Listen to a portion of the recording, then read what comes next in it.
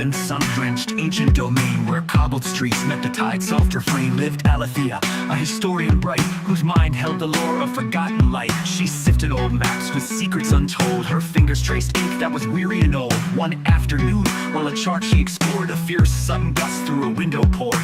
A shimmering feather by hand unseen led landed precisely where the old ink bled. It hummed a low note, a musical thing, a sign of the journey the future would bring. A light tap then sounded upon her oak door. 'Twas Zephyr, the messenger known by the shore. With hair like moonlight and sea-glinting eyes, he appeared in a flash beneath blustery skies. A package, he said, with a ribbon of silver, from someone unknown, Alethea, the giver. Alethea then cried.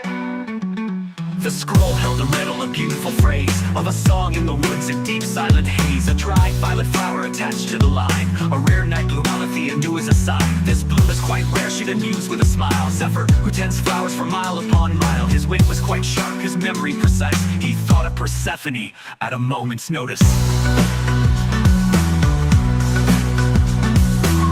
Dark petal, her wide eyes grew keen. This is a sign from a place yet unseen. The whispering wood, she then softly declared, the calling is clear and it must be shared. She led them to a shed, unassuming and small, where Basil the tinkerer stood up quite tall. A gentle large man with hands smudged with grease, polishing a box to give his thoughts peace. A device made of wood and clear humming gems, a curious contraption on delicate stems. Basil said, Persephone, pointing with grace, you have the night bloom in this special place.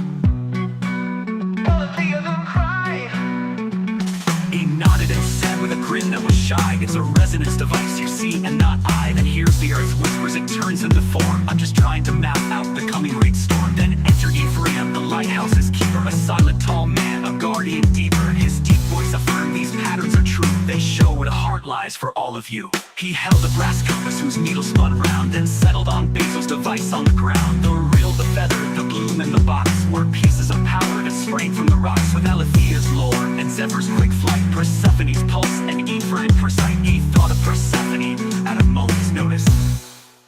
The Quail.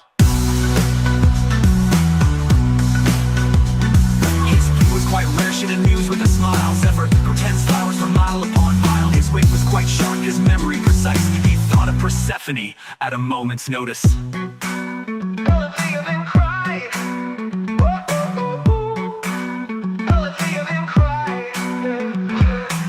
Was quite sharp, his memory Persephone's pulse and Ephraim's clear sight, and Basil's invention so clever and strange. They knew they were meant for this powerful change. The heart of Eldoria, Alethea then cried, a place of great magic where power has resided. They knew they must travel this unlikely crew to answer the call that was ancient and new. The story continues.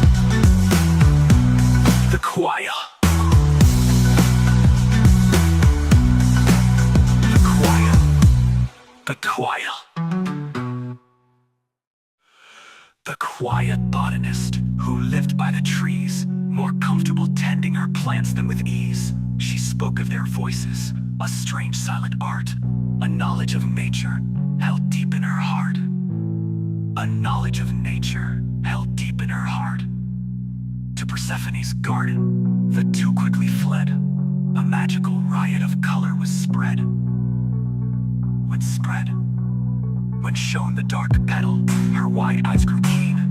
This is a sign from a place yet unseen. From a place yet unseen.